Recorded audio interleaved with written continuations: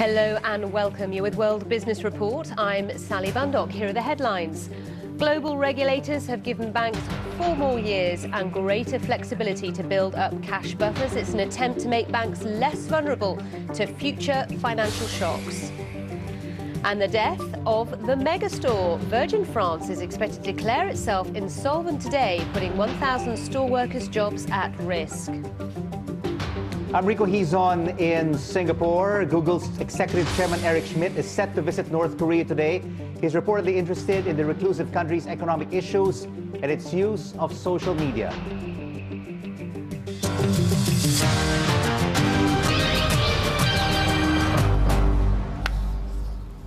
Good to have you with us. So, for the first time, the world's most powerful economies have reached an agreement on rules that will force banks to hold minimum quantities of cash or assets that can be sold in an emergency. In 2015, the new liquidity coverage ratio will be phased in and will take full effect 4 years later. The agreement by the body that oversees the Basel Committee on Banking Supervision is an attempt to prevent financial shocks such as those prompted by the 2007 run on Northern Rock here in the UK, or by the collapse of Lehman Brothers in the US a year later. To talk us through how they work and what's at stake, I'm joined by James Nixon, European economist at Société Générale. James, thanks for coming in. So, tell us about these rules. What have they actually agreed? Well, I mean, you've got effectively the whole sort of Basel III set up for the banks, and that involves, across a whole range of spectrums, building up capital, trying to sort of, as you say, limit the ability for banks to sort of have the same kind of crisis as before. Now, the agreement last night effectively covers one part of that regime, in particular the idea of the liquidity coverage ratio. So the idea here is that the banks will be forced to hold sufficient, basically, reserves to be able to survive 30 days in the event of effectively a funding crisis when they can't get any money from anywhere else. They've got 30 days to survive on their own. Now, the issue that the banks have been arguing about is really what can count as those reserves, because they basically have to be very high quality, very liquid assets that you can sell it in a hurry effectively. And what's been agreed last night is really two things. First of all, to sort of significantly broaden out the category of assets that they can count as those reserves, so they'll now be able to use things like high quality equities, for example, which is new. But they've also, and perhaps more significantly, been given a significantly longer time horizon to actually get to the point where they can meet these targets, and that'll stretch to an additional 4 years on top of the previous date of 2015. So we're looking at, extending the horizon out to 2019. So this is actually quite a watered-down deal. Better for the banks?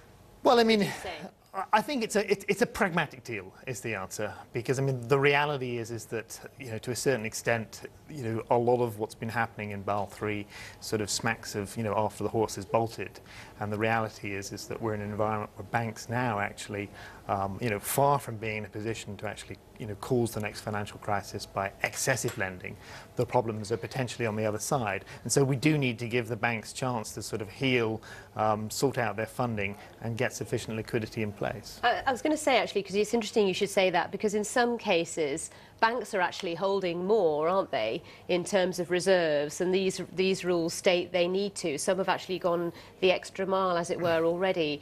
And many argue that this situation means that our economies around the world are not growing as fast as they could be because banks are just not lending as much. They're being a little bit too cautious, perhaps? I mean, I think that's the concern.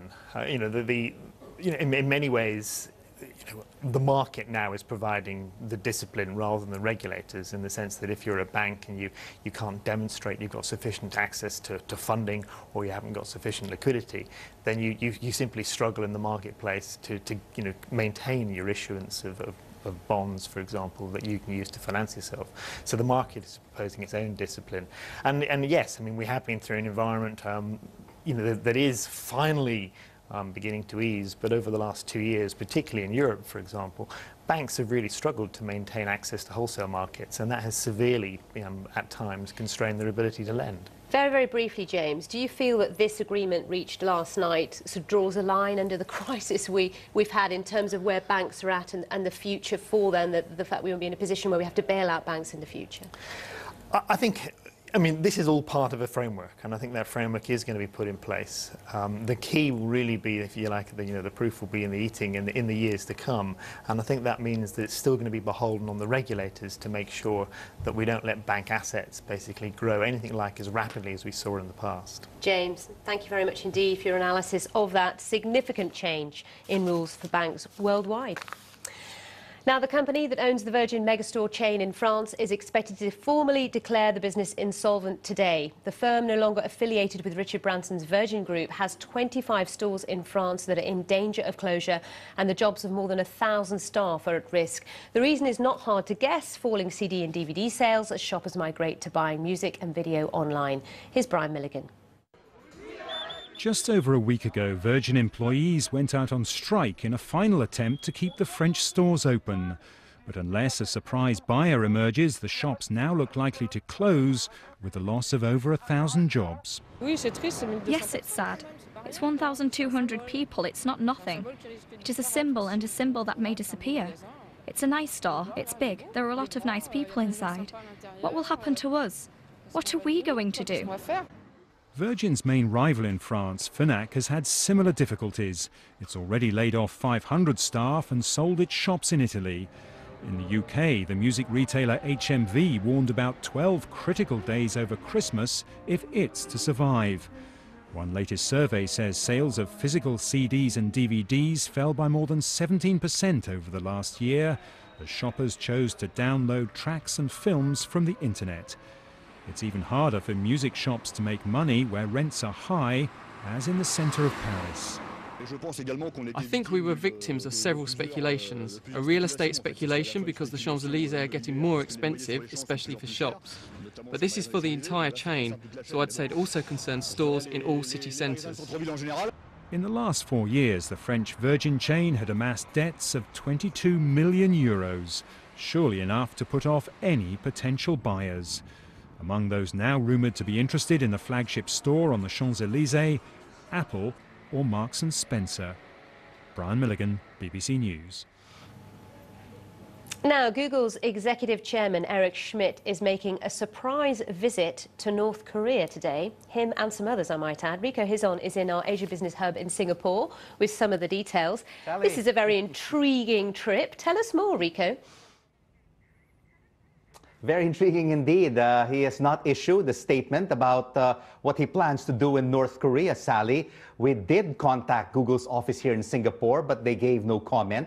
What we only know is that Mr. Schmidt is currently in Beijing and is scheduled to leave for North Korea, which is considered to have the world's most restrictive internet policies. He is part of this delegation led by former New Mexico Governor Bill Richardson. It is the first trip by an executive from the California-based internet search provider to North Korea. Mr. Richardson said, though, that Mr. Schmidt is going as a private citizen, and this is not a Google trip, and is interested in North Korea's economic issues and its use of social media. The former governor also said that the delegation plans to inquire about a Korean-American U.S. citizen detained there, which he hopes will lay the groundwork for the detainee to return home. You know, this whole Richardson-Schmidt trip comes despite public criticism, Sally, from the U.S. State Department, which has said that the visit was ill-timed in light of tensions stemming from North Korea's recent rocket launch. Sally. All right, thank you very much. We'll keep an eye on that trip, that's for sure, see what they're up to. Let's squeeze in some other business stories. Music companies Sony and BMG teamed up to make a joint bid for Parlophone and other EMI labels now owned by Universal Music. When Universal, owned by Francis Vivendi, bought EMI for £1.2 billion last year, regulators forced it to sell off 2/3 of the company to safeguard competition. Well, if the Sony BMG bid is successful, they'll then split the assets. Both companies say they're not interested in a joint venture. Shares of the electronics giant Samsung and LG are being hit today in Asia after they were fined in China for fixing the prices of LCD screens. The South Korean companies and 4 Taiwanese firms were fined $35 million by Chinese trade regulators late on Friday. And the markets in Asia, to give you a brief sense of how they're doing, as you can see, they've started the trading week slightly lower. That's all from me. I'll see you soon.